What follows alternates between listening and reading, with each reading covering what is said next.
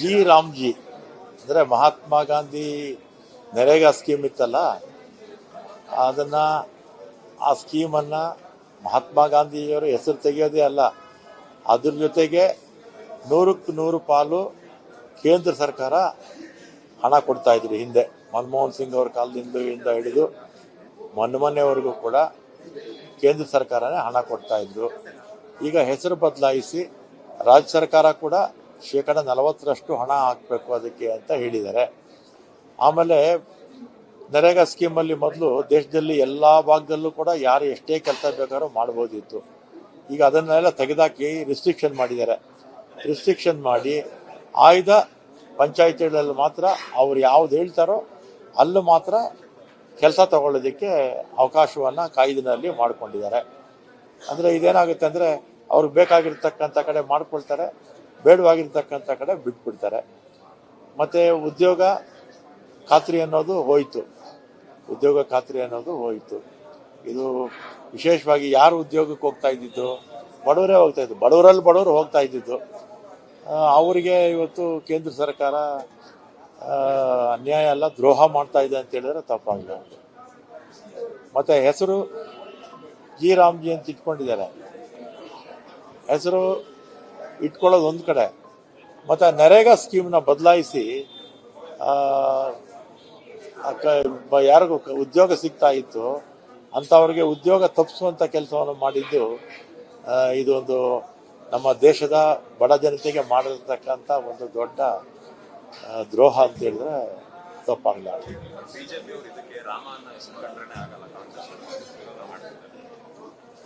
ರಾಮ ಈಗ ಅವ್ರು ಯಾರು ನಕಲಿ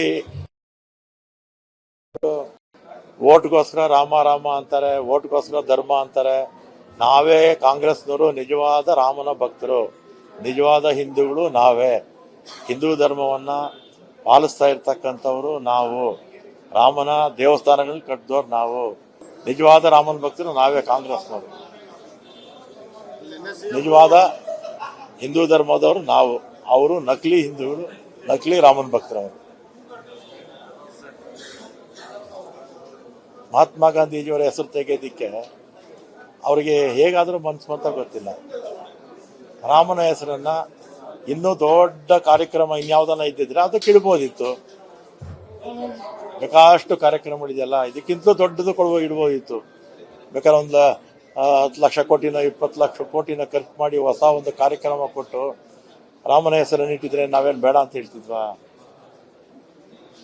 ಆಮೇಲೆ ಗಾಂಧೀಜಿಯವರ ಹೆಸರನ್ನ ತೆಗೆದಿದ್ದು ಗಾಂಧೀಜಿಯವರ ಬಗ್ಗೆ ಅವ್ರಿಗಿರ್ತಕ್ಕಂಥ ಅಸಹನೆ, ದ್ವೇಷ ಎಲ್ಲ ಎದ್ದು ಕಾಣಿಸುತ್ತೆ.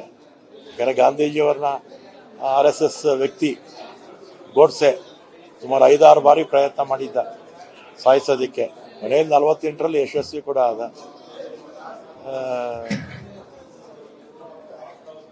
ಅಂತ ನೀವು 590 ಎಣ್ಣೆ ಅಂಗಡಿ ರೇಷನ್ಸ್ ಕೊಡ್ತಾ ಇದ್ದೀರಾ, ಅತಿ ಹೆಚ್ಚು ರೆವೆನ್ಯೂ ಬರ್ತಿರೋದು ಎಣ್ಣೆ. ಮಹಾತ್ಮ ಗಾಂಧಿಗೂ ಎಣ್ಣೆ ತತ್ವ ಇರುತ್ತೆ. ನಿಮ್ಮ ಸರ್ಕಾರ ಎಣ್ಣೆ ಪ್ರಿಯ, ನಿಮ್ಮ ಗಾಂಧಿ ತತ್ವ ಮಾತ್ರ ಹೇಳ್ತೀರಾ. ಅದೇ ಯಾವ ತರ ಸರಿ? ಈಗ ಗಾಂಧಿ ತತ್ವ ಪಾಲಿಸ್ಬೇಕು ಅಂತ ನೀವು ಹೇಳ್ತಾ ಇದ್ದೀರಾ ಅಲ್ವಾ? ಗಾಂಧಿ ತತ್ವ ಏನಿತ್ತು ಅದನ್ನು ಪಾಲಿಸೋದ್ರಲ್ಲಿ ಯಾವ ತಪ್ಪು ಏನೂ ಇಲ್ಲ. ಇವತ್ತು ದೇಶದಲ್ಲಿ ಅಧಿಕಾರದಲ್ಲಿ ಇರ್ತಕ್ಕಂಥವ್ರು ಕೇಂದ್ರ ಸರ್ಕಾರ ಅಲ್ವಾ, BJP ಸರ್ಕಾರ ಅಲ್ವಾ? ಈ ತತ್ವಗಳನ್ನೆಲ್ಲ ಅವ್ರು ತರಲಿ, ಇಡೀ ದೇಶಕ್ಕೆ ತಂದುಬಿಡಲಿ. ಬರೀ ಒಂದು ರಾಜ್ಯಕ್ಕೆ ತರೋದು ಇನ್ನೊಂದು ರಾಜ್ಯಕ್ಕೆ ಬಿಡೋದು ಯಾಕೆ? ಇಡೀ ದೇಶಕ್ಕೆ ತಂದುಬಿಡಲಿ. ಪಾನ ನಿರೋಧ. ನಾವು ನಿಜವಾದ ಉತ್ತರಾಧಿಕಾರಿಗಳೇ. ಈ ದೇಶದ ಜನತೆ BJPಯವರು, RSSನವರು, ವಿಶ್ವ ಹಿಂದೂ ಪರಿಷತ್ನವ್ರು ಬಿಟ್ಟು ಉಳಿದಿರ್ತಕ್ಕಂಥವರೆಲ್ಲ ಕೂಡ ಗಾಂಧೀಜಿಯ ಅಭಿಮಾನಿಗಳೇ. ಗಾಂಧೀಜಿಗೆ ಬರೀ ಭಾರತ ದೇಶದಲ್ಲೇ ಅಲ್ಲ, ಪ್ರಪಂಚದ ಯಾವುದೇ ಮೂಲೆಗೆ ಹೋದರೂ ಕೂಡ ಮಹಾತ್ಮ ಗಾಂಧೀಜಿ ಹೆಸರು ಎಲ್ರಿಗೂ ಗೊತ್ತು. ವಿದೇಶಗಳು ಹೋದಾಗ ನೀವು ಯಾವ ದೇಶ ಅಂತ ಕೇಳಿದಾಗ ನಾವು ಭಾರತ ಅಂದ ತಕ್ಷಣ ಮಹಾತ್ಮ ಗಾಂಧೀಜಿಯವರ ಹೆಸರೇ ಅವ್ರು ಹೇಳೋದು. ಅವ್ರ ದೇಶದವರ ನೀವು ಅಂತ ಕೇಳ್ತಾರೆ. ಅವರದಾದ್ಮೇಲೆ ಶ್ರೀಮತಿ ಇಂದಿರಾ ಗಾಂಧಿಯವರು ಕೂಡ ಹೆಸರು ಪ್ರಪಂಚದ ಎಲ್ಲ ಭಾಗದಲ್ಲೂ ಕೂಡ ಗೊತ್ತಿತ್ತು.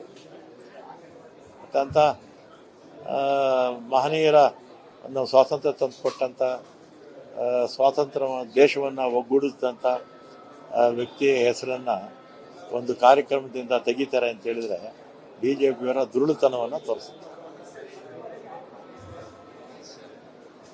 ಕರ್ನಾಟಕದಲ್ಲಿ ಇರುವಾಗ ಒಂದೇ ಹೆಸರು ಇಟ್ಟರು ಮಹಾತ್ಮ ಗಾಂಧಿ ಅಂತ. ಯಾವ ಯೋಜನೆಗೂ ಒಂದೇ ಹೆಸರು ಇಟ್ಟಿಲ್ಲ. ಮಹಾತ್ಮ ಗಾಂಧೀಜಿಯವರ ಹೆಸರು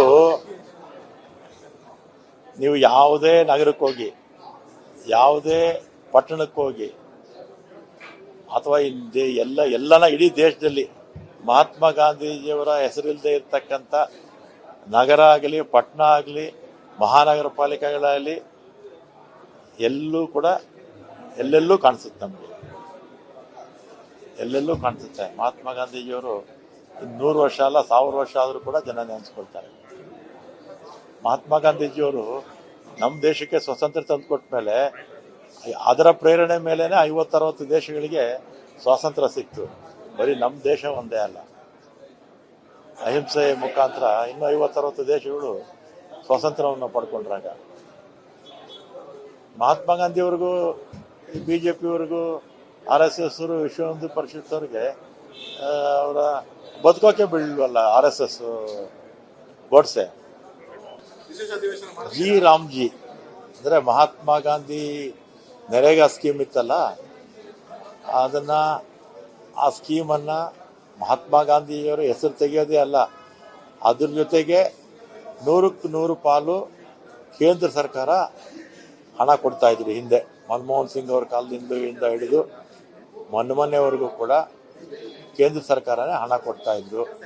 ಈಗ ಹೆಸರು ಬದಲಾಯಿಸಿ ರಾಜ್ಯ ಸರ್ಕಾರ ಕೂಡ 40% ಹಣ ಹಾಕಬೇಕು ಅದಕ್ಕೆ ಅಂತ ಹೇಳಿದ್ದಾರೆ. ಆಮೇಲೆ ನರೇಗಾ ಸ್ಕೀಮಲ್ಲಿ ಮೊದಲು ದೇಶದಲ್ಲಿ ಎಲ್ಲ ಭಾಗದಲ್ಲೂ ಕೂಡ ಯಾರು ಎಷ್ಟೇ ಕೆಲಸ ಬೇಕಾದ್ರೂ ಮಾಡ್ಬೋದಿತ್ತು. ಈಗ ಅದನ್ನೆಲ್ಲ ತೆಗೆದಾಕಿ ರಿಸ್ಟ್ರಿಕ್ಷನ್ ಮಾಡಿದ್ದಾರೆ. ರಿಸ್ಟ್ರಿಕ್ಷನ್ ಮಾಡಿ ಆಯ್ದ ಪಂಚಾಯಿತಿಗಳಲ್ಲಿ ಮಾತ್ರ ಅವ್ರು ಯಾವ್ದು ಹೇಳ್ತಾರೋ ಅಲ್ಲೂ ಮಾತ್ರ ಕೆಲಸ ತಗೊಳ್ಳೋದಕ್ಕೆ ಅವಕಾಶವನ್ನು ಕಾಯ್ದೆನಲ್ಲಿ ಮಾಡಿಕೊಂಡಿದ್ದಾರೆ.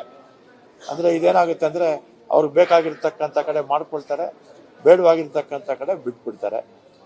ಮತ್ತು ಉದ್ಯೋಗ ಖಾತ್ರಿ ಅನ್ನೋದು ಹೋಯಿತು. ಇದು ವಿಶೇಷವಾಗಿ ಯಾರು ಉದ್ಯೋಗಕ್ಕೆ ಹೋಗ್ತಾ ಇದ್ದಿದ್ದು? ಬಡವರೇ ಹೋಗ್ತಾ ಇದ್ದು. ಬಡವರು ಹೋಗ್ತಾ ಇದ್ದಿದ್ದು. ಅವರಿಗೆ ಇವತ್ತು ಕೇಂದ್ರ ಸರ್ಕಾರ ಅನ್ಯಾಯ ಅಲ್ಲ, ದ್ರೋಹ ಮಾಡ್ತಾ ಇದೆ ಅಂತ ಹೇಳಿದ್ರೆ ತಪ್ಪಾಗಿದೆ. ಮತ್ತು ಹೆಸರು ಜಿ ರಾಮ್ಜಿ ಅಂತ ಇಟ್ಕೊಂಡಿದ್ದಾರೆ. ಹೆಸರು ಇಟ್ಕೊಳ್ಳೋದು ಒಂದು ಕಡೆ, ಮತ್ತು ನರೇಗಾ ಸ್ಕೀಮ್ನ ಬದಲಾಯಿಸಿ